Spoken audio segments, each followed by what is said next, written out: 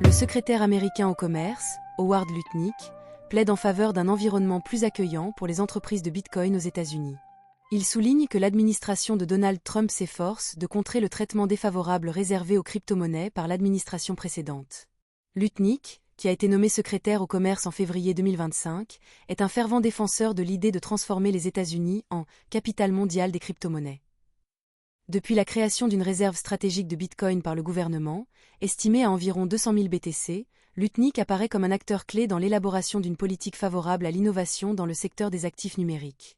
Son engagement pour la promotion des affaires liées aux crypto-monnaies témoigne d'une volonté de revitaliser l'écosystème technologique américain dans un contexte où les régulations sont souvent perçues comme des freins à la croissance.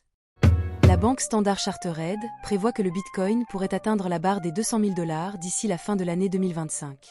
Les analystes de la banque soulignent que cette augmentation serait alimentée par une adoption accrue des crypto-monnaies et une demande croissante des investisseurs. En mettant en avant la dynamique actuelle du marché et les facteurs économiques globaux, Standard Chartered estime que le Bitcoin continuera de jouer un rôle central dans l'écosystème financier, stimulant ainsi son prix à des niveaux sans précédent dans les années à venir. Cette prévision s'inscrit dans un contexte de transformation numérique croissante et d'acceptation généralisée des actifs numériques.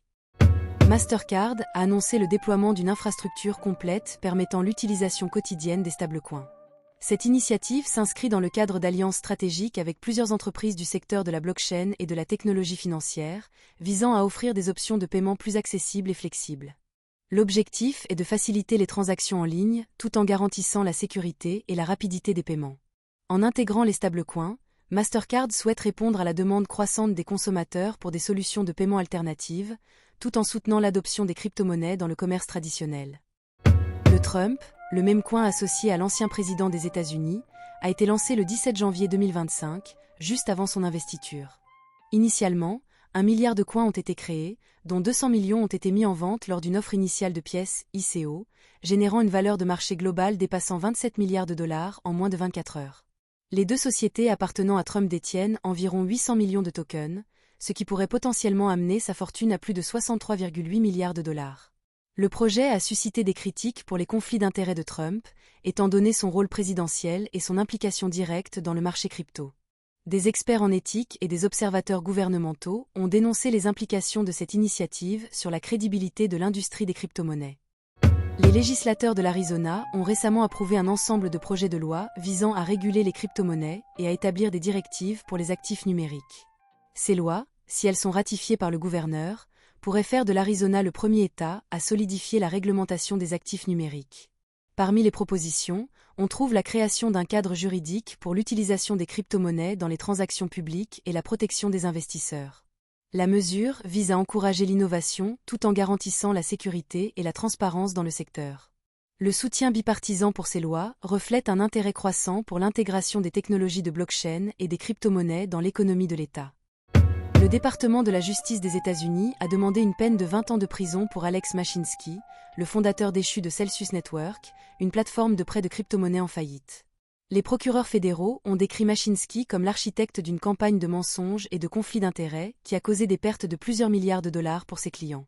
En juin 2022, Celsius a suspendu indéfiniment tous les transferts et retraits en raison de conditions de marché extrêmes, menant à sa déclaration de faillite en juillet 2022. Mashinsky a été inculpé en juillet 2023 pour fraude sur les produits de base et sur les valeurs mobilières. Le comité des créanciers de Celsius a révélé que près de 12 milliards de fonds étaient sous gestion au moment de la faillite, et les clients espèrent récupérer une partie de leurs actifs au travers d'un plan de restructuration. Dogecoin est actuellement en train de tester des niveaux déterminants, dans un canal ascendant. L'analyste Ali Martinez a souligné qu'une fermeture mensuelle au-dessus de 20 cents pourrait ouvrir la voie à un potentiel rallye vers son plus haut historique, ATH, de 74 cents. Actuellement, Dogecoin est négocié à environ 17 cents, avec une augmentation de 9% au cours de la dernière semaine. L'analyste note que le canal ascendant, qui a été en place pendant plusieurs années, montre que le prix pourrait retester les niveaux supérieurs si une reprise se produit. De plus, le niveau de retracement de Fibonacci à 0,786 se situe également autour de 20 cents, renforçant l'importance de cette zone de prix pour les investisseurs.